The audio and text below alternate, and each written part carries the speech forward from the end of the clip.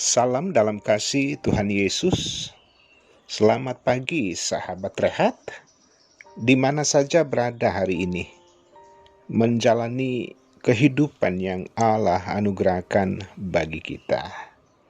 Jumpa lagi melalui renungan harian Toraya, edisi Minggu 20 November 2022.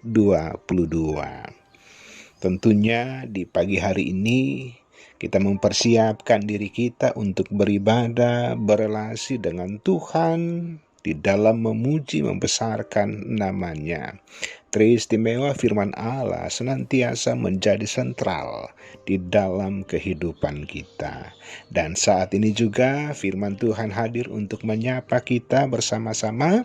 Mari teduhkan hati kita berdoa. Bapa di sorga, firman-Mu telah tersedia untuk menjadi bagian kami di hari ini. Dengan kuat kuasa Roh Kudus-Mu, firman ini boleh disampaikan, dan juga firman ini boleh mengambil bagian di hati dan kehidupan kami, supaya dari hari ke hari kami semakin digerakkan oleh kebenaran firman Allah. Berbicaralah, kami sedia mendengar di dalam nama Tuhan Yesus. Amin. Wahyu 21 ayat 9 sampai 27. Yerusalem yang baru. Maka datanglah seorang dari ketujuh malaikat yang memegang ketujuh cawan yang penuh dengan ketujuh malapetaka terakhir itu.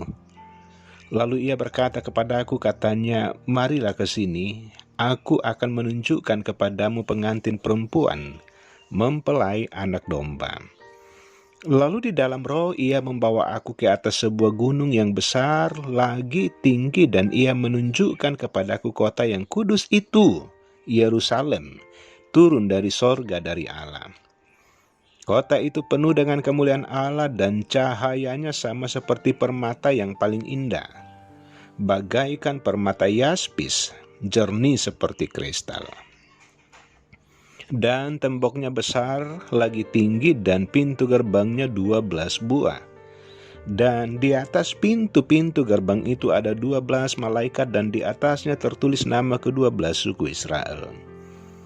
Di sebelah timur terdapat 3 pintu gerbang, dan di sebelah utara 3 pintu gerbang, dan di sebelah selatan 3 pintu gerbang, dan di sebelah barat 3 pintu gerbang. Dan tembok kota itu mempunyai 12 batu dasar, dan di atasnya tertulis ke-12 nama ke-12 rasul anak domba itu. Dan ia yang berkata-kata dengan aku mempunyai suatu tongkat pengukur dari emas untuk mengukur kota itu serta pintu-pintu gerbangnya dan temboknya. Kota itu bentuknya 4 persegi, panjangnya sama dengan lebarnya. Dan ia mengukur kota itu dengan tongkat itu 12.000 stadia, panjangnya dan lebarnya dan tingginya sama. Lalu ia mengukur temboknya 144 hasta menurut ukuran manusia, yang adalah juga ukuran malaikat. Tembok itu terbuat dari permata yaspis, dan kota itu sendiri dari emas tulen, bagaikan kaca murni. Dan dasar-dasar tembok kota itu dihiasi dengan segala jenis permata. Dasar yang pertama batu yaspis, dasar yang kedua batu nilam, dasar yang ketiga batu mirah, dasar yang keempat batu zamrud, dasar yang kelima batu unam, dasar yang keenam batu sardis, dasar yang ketujuh batu ratna cempaka, yang kedelapan batu beril, yang kesembilan batu krisolit, yang ke-10 batu krisopras, yang ke-11 batu laswardi, dan yang ke-12 batu kecubung. Dan ke-12 pintu gerbang itu adalah 12 mutiara, setiap pintu gerbang terdiri dari 1 mutiara, dan jalan-jalan kota itu dari emas murni bagaikan kaca bening. Dan aku tidak melihat bait suci di dalamnya, sebab Allah Tuhan yang Maha Kuasa adalah bait sucinya. Demikian juga anak domba itu. Dan kota itu tidak memerlukan matahari dan bulan untuk menyinarinya, sebab kemuliaan Allah meneranginya, dan anak domba itu adalah lampunya. dan bangsa-bangsa akan berjalan di dalam cahayanya, dan raja-raja di bumi membawa kekayaan mereka kepadanya. Dan pintu-pintu gerbangnya tidak akan ditutup pada siang hari, sebab malam tidak akan ada lagi di sana. Dan kekayaan dan hormat bangsa-bangsa akan dibawa kepadanya.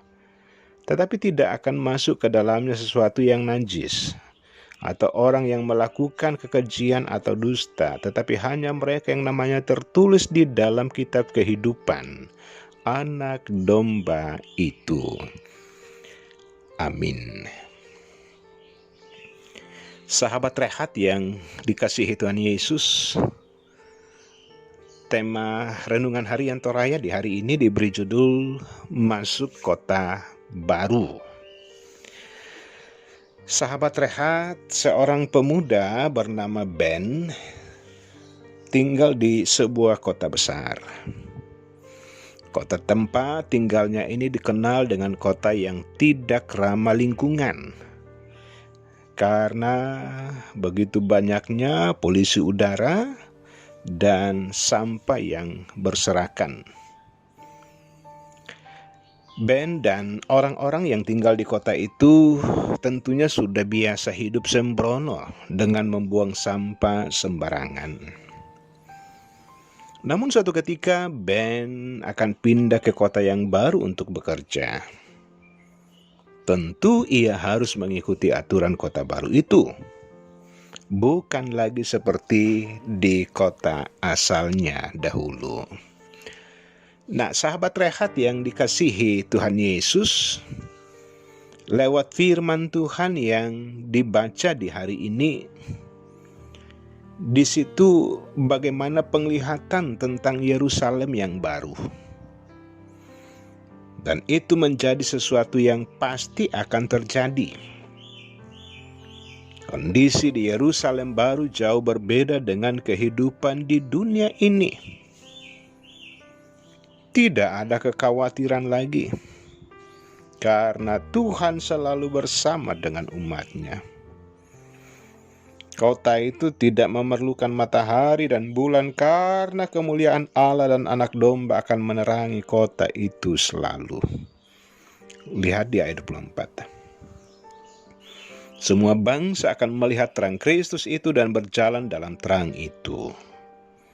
Tentu kondisi yang sangat nyaman dan tentram akan dirasakan jika tinggal di kota yang dijanjikan Tuhan itu. Namun pada bagian akhir ditegaskan bahwa yang najis tidak akan bisa masuk ke dalamnya. Kota baru yang memiliki aturan bagi calon penghuninya.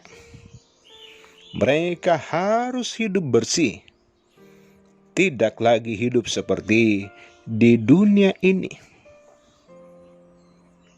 Sahabat Rehat, lalu bagaimana dengan kehidupan kita?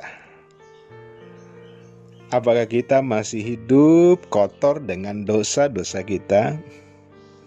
Kita masih sering melakukan hal yang tidak berkenan bagi Tuhan?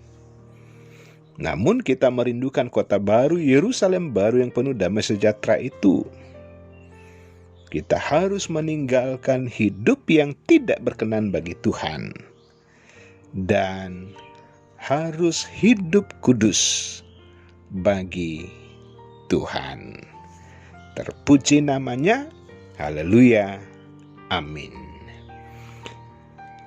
Kita berdoa. Terima kasih firman Tuhan di hari ini, firman kebenaran, supaya kami pun sungguh-sungguh menghidupi kebenaran dari dalam firman Tuhan.